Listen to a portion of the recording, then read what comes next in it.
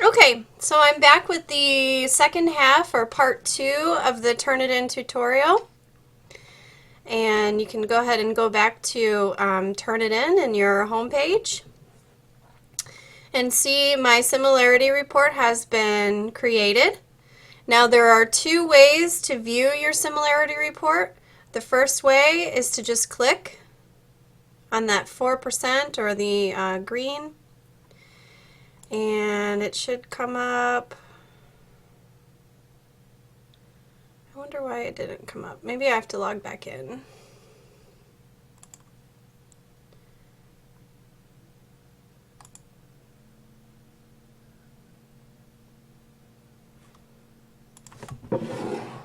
Came up for me before. Let's see.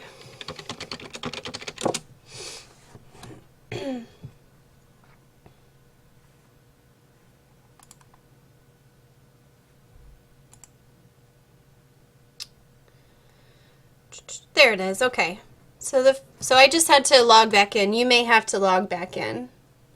Okay, so this is the first way to review your originality report.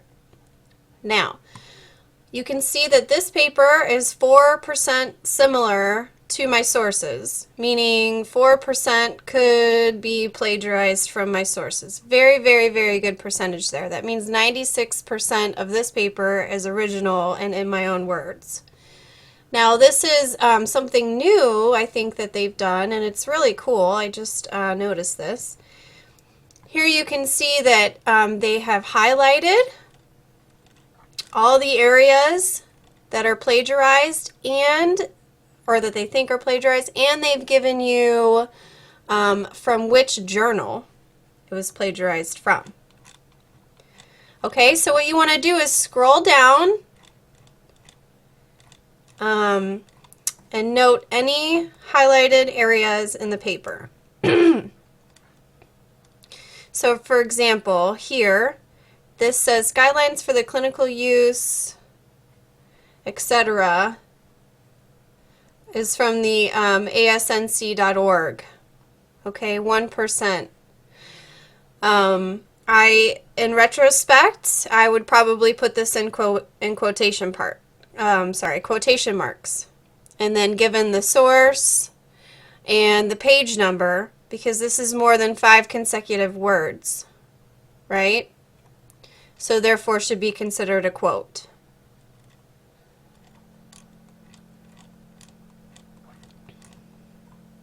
Okay?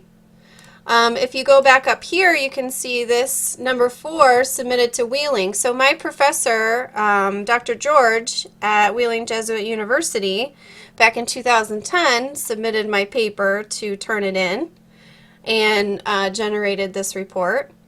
So Turnitin is nothing more than a big, huge database of student papers from anywhere and everywhere that have been submitted. So that's why it's such a great program, because you can tell, the professors and educators can tell if a paper has been copied, not only from another source but from another student. So that's why it's so important. Now this right here, gated single photon emission computed tomography, that's G-spect. And that's not considered plagiarized because, it's a proper noun, it's a title. Same thing here, gated single photon emission computed G-spect. And then ERNA, again, that's a title, so I wouldn't be able to, or it's a proper noun, so I wouldn't be able to reword it or paraphrase it. Same thing here, myocardial perfusion imaging, MPI. These are only 3 words, so they would not have to be reworded. Same thing here.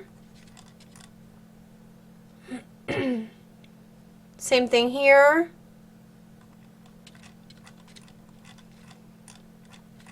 Okay? Alright, so that's the first way to look at your originality report, so you can close that. Here, the second way to look at it would be to click on View. It's going to essentially give you the same thing. I actually like the first way better because it shows you where your source is. which is pretty awesome. So you can go right to that source if you need to quote something, like I would have quoted that one thing down towards the end, and then, you know, find that page number. So that first way is pretty awesome. This way, just click Originality, okay, and it's going to do the same thing. It's going to highlight where the areas that may be plagiarized are, but it's not going to give you the source.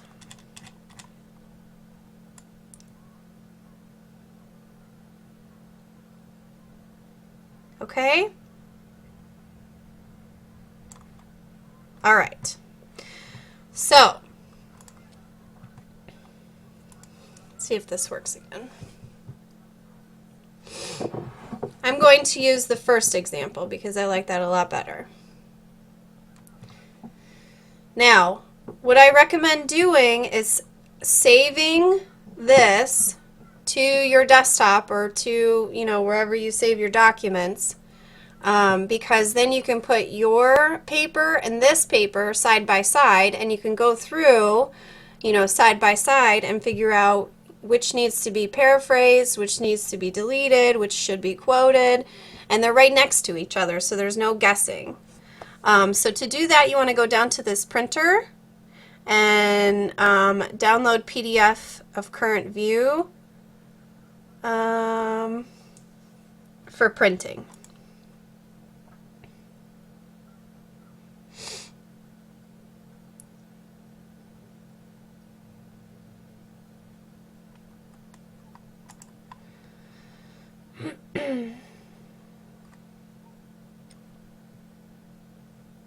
Okay. So here is the PDF. All right, and it's essentially the same thing.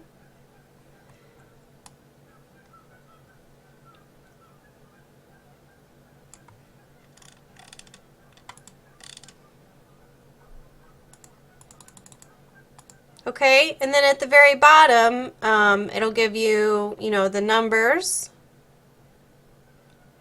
So you can refer back to those journals for anything that you need to paraphrase, reword, you know, quote, anything like that. Okay, so you're going to want to file, save as a PDF, and, you know, save it to wherever you save it as. And then I would just include in the title, you know, Turnitin report. All right, and then save it to your desktop. So, save that.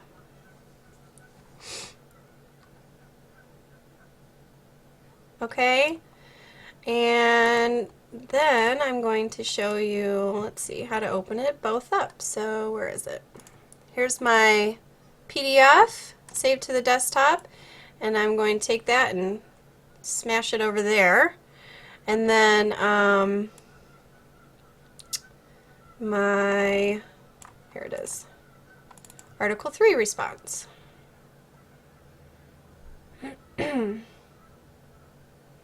And I don't know why it's not letting me. Smash it over. Oop.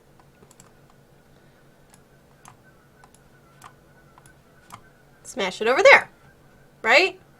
So now you have this, and they're right next to each other.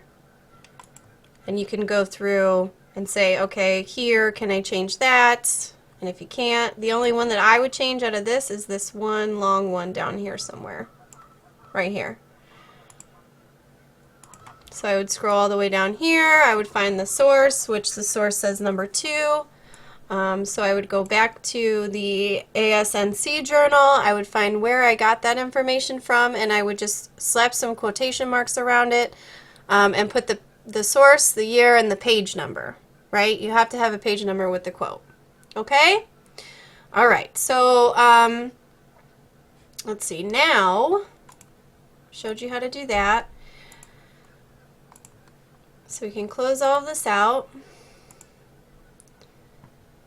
Now once you're finished with all of the editing and you're ready to submit your final papers, just go to Resubmit. Okay? Your title again, you just want to put in all of this information again. I would recommend putting final. So I would say G-Spect. Oh, there it is. And right here I would put final. So that Dr. Gross knows that this is your final paper and your name, and that it's not the draft. Okay, and then he'll know to look at this. Okay? Browse for it again, upload it again, wait for your originality report. If you're happy with that, which you should be because you're submitting the final draft, then you're all finished. Okay? So let me know if you guys have any questions. I know this was a little confusing considering there were multiple steps, multiple directions, and multiple sections depending on which section you're in and if you've used Turnitin before. But hopefully this was clear and you guys will be able to figure it out. If you do have any questions, if you can't, don't hesitate to ask me. I have no problem helping. All right, that's it. Thanks, guys.